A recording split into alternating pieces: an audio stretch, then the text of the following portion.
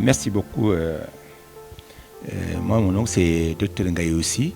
Je suis le coordinateur du programme national d'élimination de la filariose lymphatique et de l'onchocercose au niveau de la direction de la lutte contre la maladie du ministère de la Santé et de l'Action sociale. La filariose lymphatique, c'est une maladie parasitaire. D'abord, c'est une maladie qui appartient au groupe qu'on appelle les maladies tropicales négligées. Et elle est transmise à travers une piqûre de moustique, et qui transmet donc des parasites qu'on appelle microflaires. Alors, ces microflaires, à long terme, souvent on les contacte à un certain bas âge. C'est pendant des années d'incubation du parasite qui se manifeste après maintenant par des cas de morbidité sous forme handicapante, notamment ce qu'on appelle les hydrocèles. C'est au niveau du scrotum, c'est les hommes, l'épanchement du scrotum, et également au niveau des pieds et des membres inférieurs, qu'on appelle elephantiasis, éphodème, et ça peut même souvent atteindre les membres supérieurs, les bras, et même les seins pour les femmes. Alors, je rappelle déjà par rapport à nos objectifs. Les objectifs du programme, au-delà de l'administration des médicaments que nous organisons chaque année sous forme de campagne de masse, distribution de masse de médicaments, qui contribuent à lutter contre le parasite, donc à éliminer le parasite. Mais en plus de cela, nous avons pensé quand même à la prise en charge des cas de morbidité, donc des malades qui ont eu des séquences. Notamment, donc, comme je disais, c'est les hydrocèles, lymphodes. Alors, évidemment, c'est au niveau des districts, des villages qui ont la maladie, donc où il y a tous des malades endémiques, où on a recensé. Alors, pour avoir une idée, nous avons, en tout cas, depuis 2018, commencé, pendant les campagnes d'édition de masse, à recenser ces cas de morbidité, notamment quand on fait un cumul 2019 jusqu'à 2020, nous avons en tout cas 172 cas d'hydrocèle qui ont été recensés pendant les campagnes et 133 cas de elephantiasis également qui sont été recensés d'une manière passive pendant la campagne de 2018, 2019 et 2020. Et puis déjà, quand on parle de situation handicapante, c'est que ça atteint le niveau de complication. Donc c'est un des signes de complication de la maladie malheureusement. Quand on sait qu'il y a l'infodème, évidemment, ce n'est pas des situations spontanées. Je vous ai dit tantôt, c'est dans la durée. Ça peut aller jusqu'à 10 ans, jusqu'à 15 ans, 5 ans, ça commence à se manifester au niveau des membres. Si on s'en aperçoit à temps, la prise en charge peut permettre de ne pas accéder à ce niveau de complication, de ce niveau d'handicap. Maintenant, quand ça atteint un niveau où véritablement c'est irréversible, ce qu'on appelle le niveau d'irréversibilité, et en ce moment ça devient compliqué. Par exemple, dans tout état de cause, ça dépend des cas. Quand nous prenons les hydrocèles, c'est traitable. Donc c'est des opérations qu'on appelle hydrocélectomie, qui se font en chirurgie, et que les chirurgiens prennent en charge dans nos structures, qui sont dotés en tout cas de laboratoires ou de personnels appropriés pour faire le travail. Mais par contre, ce qui concerne les elephantiasis ou lymphodème, et là, à un certain niveau, malheureusement, c'est irréversible. Tout ce que nous pouvons faire, c'est que prendre en charge en termes d'hygiène. C'est-à-dire que les gens puissent s'occuper un peu des membres infectés, en faisant toute l'hygiène, le lavage à eau, etc. Et éviter d'autres complications, ou en tout cas d'aggravation des infectations qui ne sont pas liées à la maladie. Donc il y a deux niveaux. Il y a effectivement le cas d'hydrocèle qu'on peut valablement traiter en faisant la chirurgie, l'hydrocélectomie, mais le lymphodème à un certain niveau de développement, malheureusement c'est irréversible. C'est des mesures d'accompagnement qui permettront avec des conseils, surtout au niveau communautaire, comment s'occuper maintenant en termes de lavage, d'hygiène des pieds, comment soulever la nuit, comment dormir avec ce pied qui présente quand même des blessures. Et il y a maintenant des cas de conseils d'usage. Il faut élever les pieds, il faut éviter des infections. Quand vous avez des fièvres, des situations, se rapprocher au prestataire pour prendre en charge. Oui, et bon, comme vous savez, donc c'est un grand défi, et j'allais même dire, même c'est une priorité des priorités du programme MTN en général et du programme de lutte d'élimination lymphotique en particulier.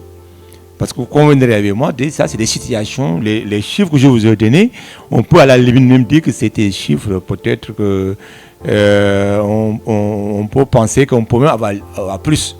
Parce que quand même c'est pendant une courte période que nous notifions ces cas.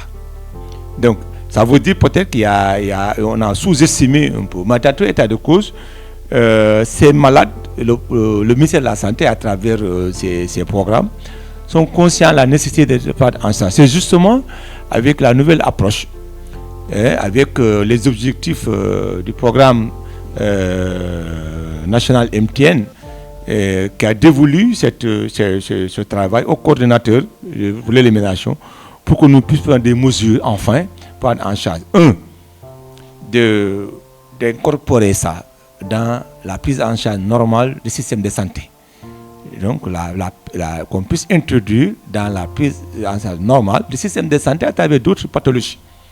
Le deuxième lieu, c'est de chercher un partenaire qui nous permette, les partenaires qui nous permettront, en tout cas, les actes de chirurgie et de en charge, et également comment accompagner au niveau communautaire les gens de l'infodème ou au niveau même de leur domicile, si on leur donne des intrants, du coton, de l'alcool, ou en tout cas, une formation pour prendre en charge. Donc, nous sommes à l'état de discuter avec tous les partenaires.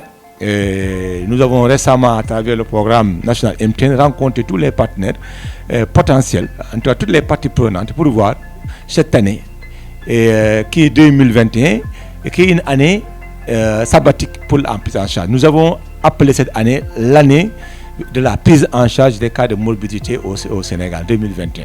Donc nous avons posé le premier jalon qui nous permet de trouver. Évidemment, comme je le disais tout à l'heure, les cas que je viens de vous donner le nombre, c'est pendant les campagnes. Donc nous sommes en train de réfléchir sur un format qui consistera à aller maintenant d'une manière active rechercher ces cas au niveau de la communauté.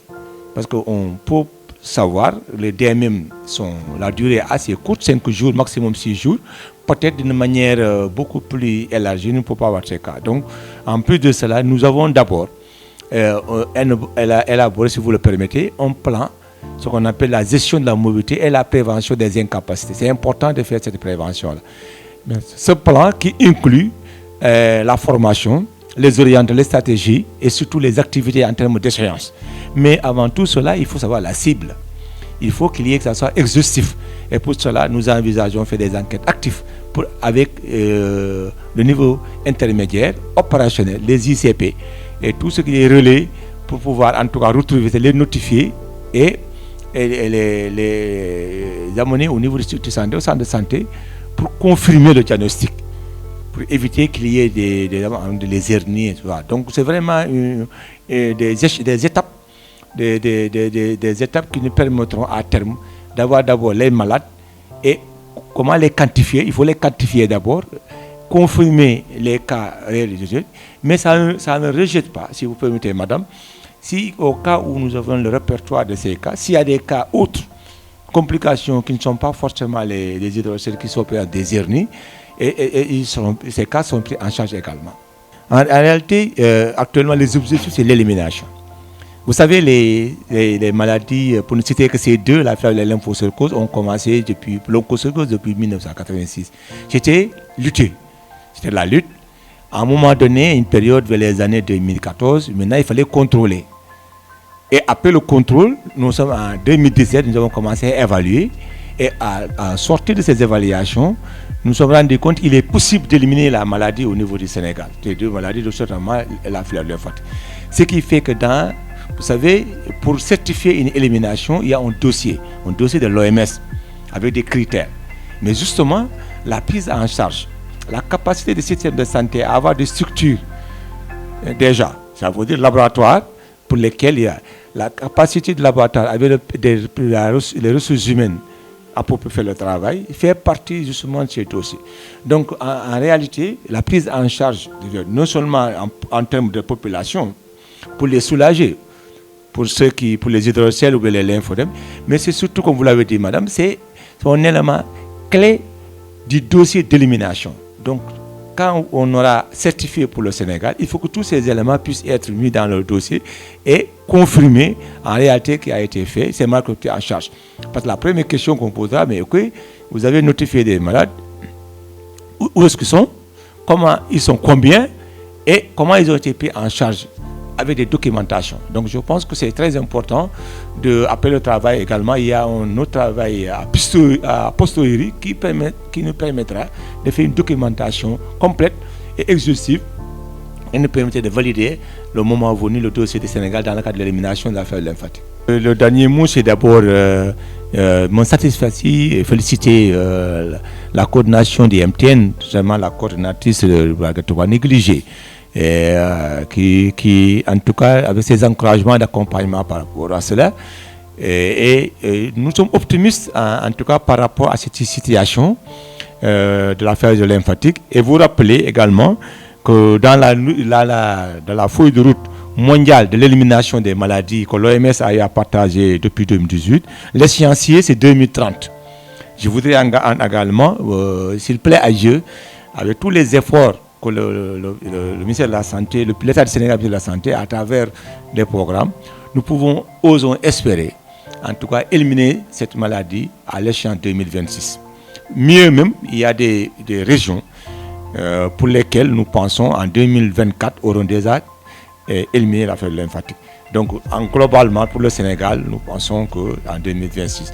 Donc, nous comptons sur la presse, à travers, par exemple, votre canal, nous accompagner dans ce travail qui consistera véritablement de sensibiliser les populations et de transmettre notre message.